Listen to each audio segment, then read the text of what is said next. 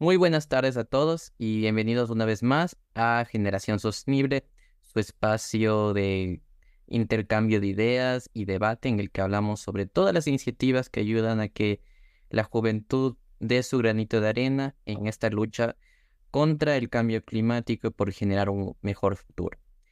Em, bueno, hoy estamos con Miriam.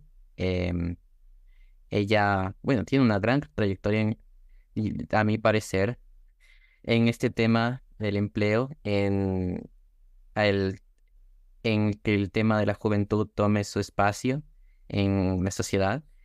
Bueno, mejor Miriam, cuéntanos más de ti.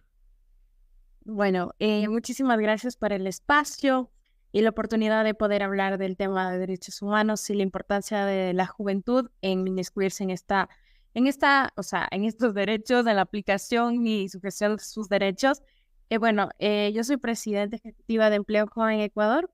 Somos un colectivo pequeño que están haciendo, somos alrededor de 4.000 jóvenes online y buscamos acercar a los jóvenes a las oportunidades laborales, becas, intercambios, pasantías, foros, movilizaciones, todo lo que les ayude a fortalecerse, a fortalecer sus habilidades blandas y integrarse en el tema de las acciones de participación ciudadana.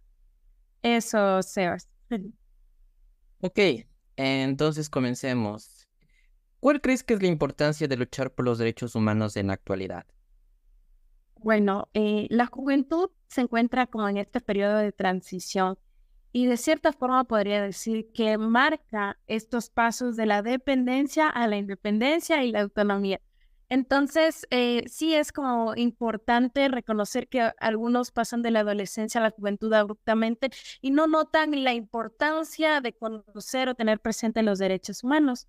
Creo que también es importante enfrentarnos a nichos de discriminación, los obstáculos, que más que todo para garantizar un disfrute de todos los derechos, y esto también limita de cierta forma desarrollar el potencial de los jóvenes.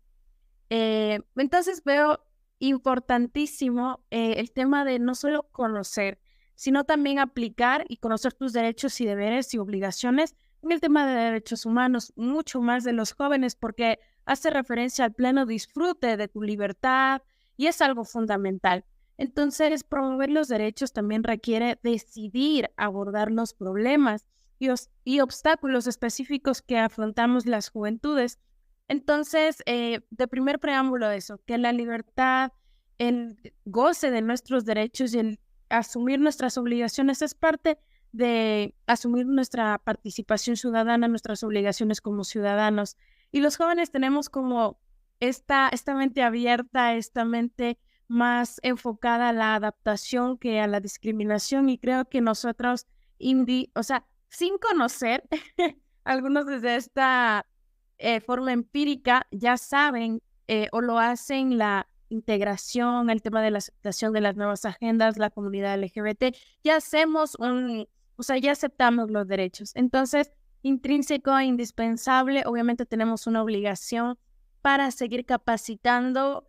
Como te digo, hay una transición y es un punto específico de adolescentes a jóvenes, entonces aprovechar esa pequeña brecha para poder integrar el concepto de derechos humanos y que cuando ya pasen directamente a la juventud ya tengan y puedan integrarlos.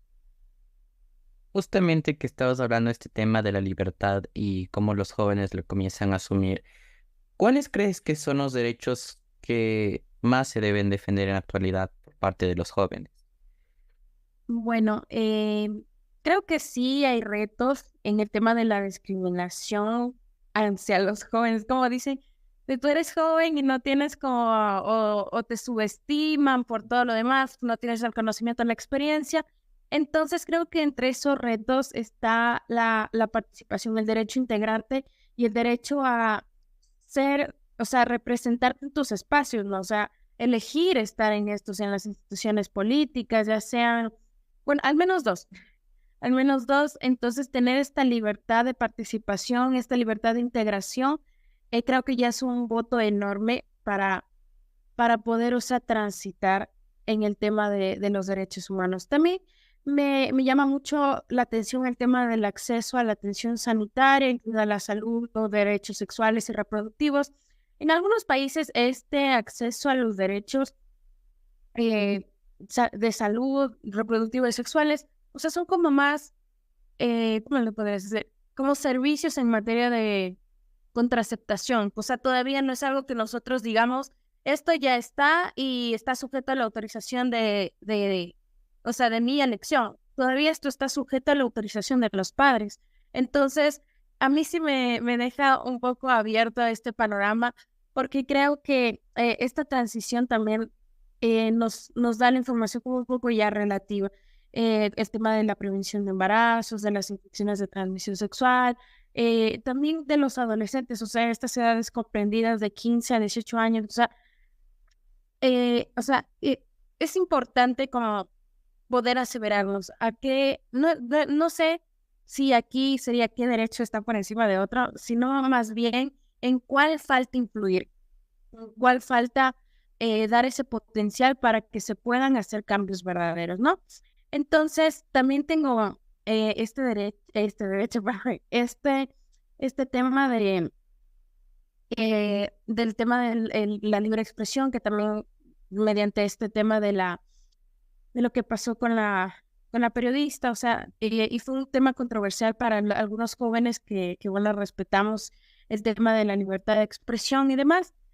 Entonces, o sea, eso te puede pasar a ti, te puede pasar a todos, porque es una situación de vulnerabilidad, tanto que puede comprometer a los jóvenes migrantes del país, o sea, que por encima o sea, es como tú puedes hablar hasta cierto punto, entonces, ¿hasta dónde te cubre el asilo, no? ¿Hasta dónde te cubre tu derecho al asilo y al refugio, no? Entonces, ahí como veo que en nuestra propia constitución hay derechos. Sin embargo, sujetarnos a los derechos esenciales, inalienables que tenemos, o sea, es válido mientras nosotros apliquemos y tengamos esta libre interpretación para, o sea, poder tomar acción en base a ello. Justamente nuestra constitución contempla los derechos de la naturaleza. Entonces, ¿cuál sería la relación en esta lucha que tiene la juventud contra el cambio climático y también la lucha en los derechos humanos? Ya, me gusta mucho el tema de la naturaleza y los derechos también que nosotros ejecutamos las acciones por el cambio climático.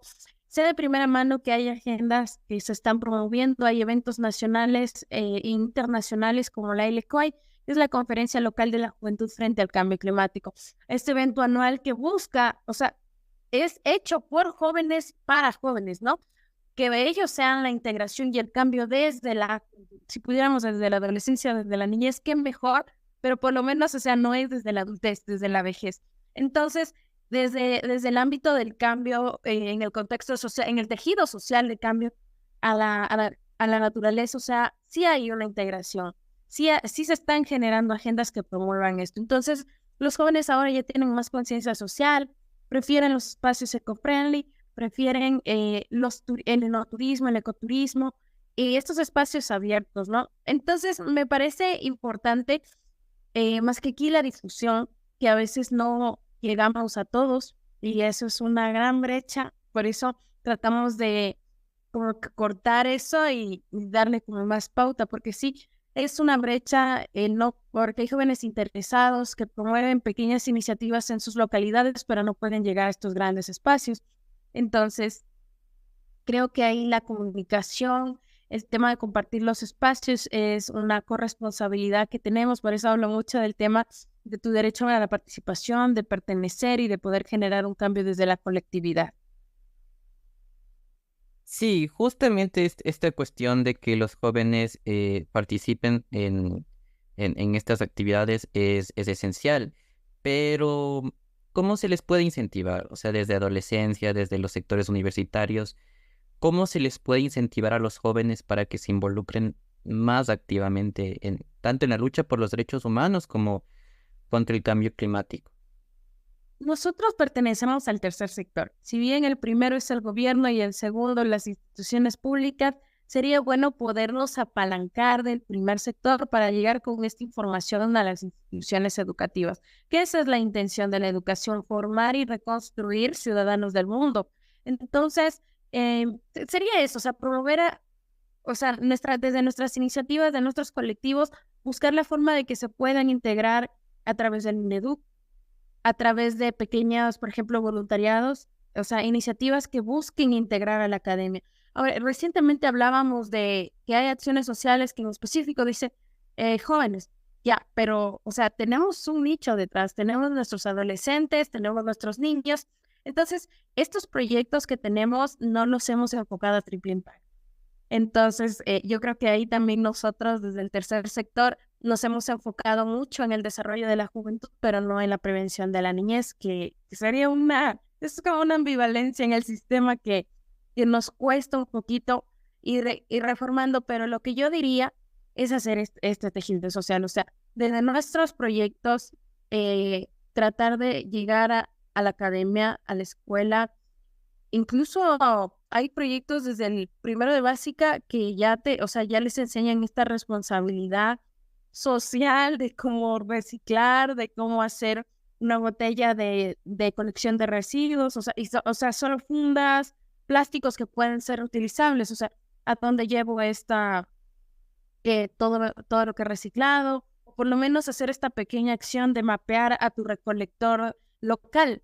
Eso ya es un gran paso. Entonces, lo que nosotros hacemos es, en la medida de lo posible, en los eventos que son presenciales, tratamos de hacer que, por ejemplo, el evento no me vengan a dejar la comida en tarrinas.